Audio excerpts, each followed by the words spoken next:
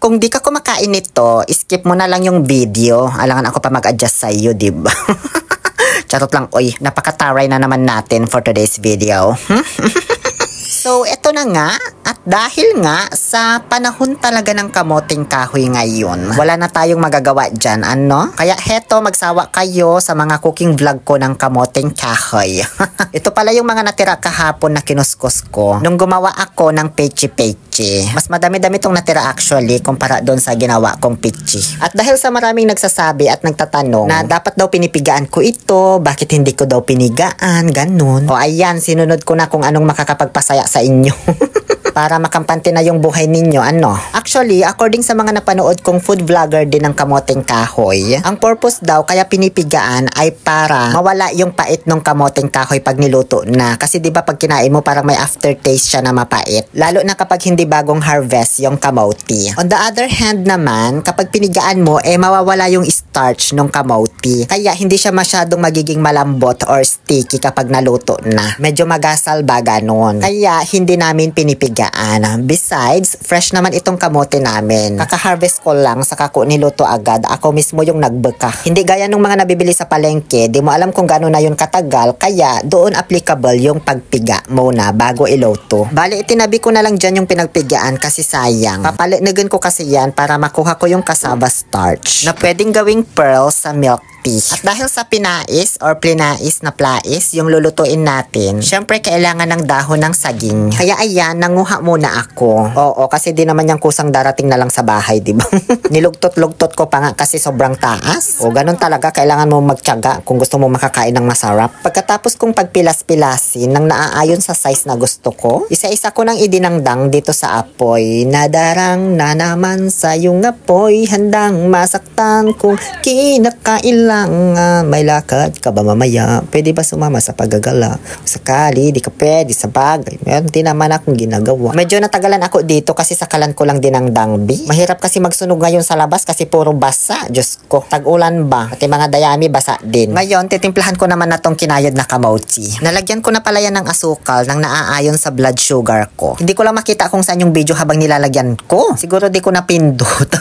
Wala na kaming anumang nilalagay, purong asukal lang kapag nagpipinais kami. Pero dahil nga sa pinigaan ko ito, nawala yung starch niya dahil sa kagagawan ninyo, nilagyan ko na lang ng konting glutinous rice flour para mas maging malambot at sticky. So okay na yon, ganun lang kadali. Binalot ko na agad. Madali lang naman magbalot para ka lang nagbabalot ng lompeya. Itutupi mo lang yung magkabilang gilid saka mo irorolyo. Tapos paglalaktipin mo yung dalawang peraso bago mo ibutnol yung tali. Sayay dwaran pinais yan ang laktipan, baka pusel yapan merendaan. Pwede nyo rin pala itong lagyan ng gata kung gusto nyo. Kaso ayaw namin para hindi mabilis mapanis. Lalo na kapag marami-rami yung ginagawa, diba? Kailangan yung maiimbak ng ilang araw. Kasi masarap tong partner ng kape tuwing umaga. Kinulang pala yung dahon ng saging. Kaya ayan, nagdangdang ulit ako. Medyo marami-rami kasi talaga yung kamoting kahoy. Pagkatapos ay pinilas-pilas ko ulit, syempre. Ayan o, panoorin nyo na lang. Di ko na alam sasabihin ko sa vlog na ito. Nauubusan din pala ako ng sasabihin, no? Pagkatapos naming mabalot lahat ng pinais, ilalagay ko na ngayon dito sa kalderyo para pakuluan. Pero bago ko ilagay, syempre, sinapinan ko muna ng dahon ng saging. Pagkatapos ay tangkay para, ano bang purpose niya? Para hindi dumikit sa ilalim, syempre. Tapos kapag natuyuan na ng tubig, may tutuluan pa rin siya nang hindi tumatasaw yung mga pinais, ganun. Basta ganun yun, Bi. Para tumulo ba sa ilalim yung katas at matutuan niya maong, ganun. May na-harvest pa pala kami kahit papaano na puting mais. Natortor ko lang yan noon, kaya isinabay ko na sa pagpapakulo. Hindi naman yan makaka-apekto sa lasa siguro, ano. Mandar lang na yung dalikan nung itinuon ko ito kasi inutusan ko na lang yung tatay ko na magparlang. Ang hirapan kasi magsindi ng kahoy ngayong tag-ulan, Diyos ko. Tinubigan ko lang yan ng konti. Hindi yung umaapaw ha, siguro nasa kalahati lang ganun. Pakukulan lang natin yan ng 28 years, 17 days, and 86 seconds. After around 6 decades or diamond celebration, Diamante may abutin, ikaw pa rin aking between. Binuksan ko para tikman yung mais, kaso mainit. Kaya kumuha na lang ako ng patolder. Saka ko inakir, tinakpan para hindi magsilaglagan yung mga pinais. And then ibinuhos ko na yung mga natitirang tubig. Ang purpose niyan para matutuan niya maong yung pinais at hindi madaling mapanis. Luto na tong mais B, pwede na ito. Ibinalik ko ulit sa apoy para tuluyan nang mag-evaporate lahat ng tubig. Yung bag nagkakasunog-sunog na yung mga dahon sa ilalim, ganon. Pero don't worry, hindi naman yan masusunog totally kasi nga may nilagay tayong tangkay. Hindi siya totally nakadikit doon sa puwitan ng kalderyo. Nabutan ko si lola ko, gusto nang kumain ng mais. Kala mo'y makakagat niya pustiso naman siya. Alam ko na pala yung sasabihin ko kapag wala na akong maisip i-voice over.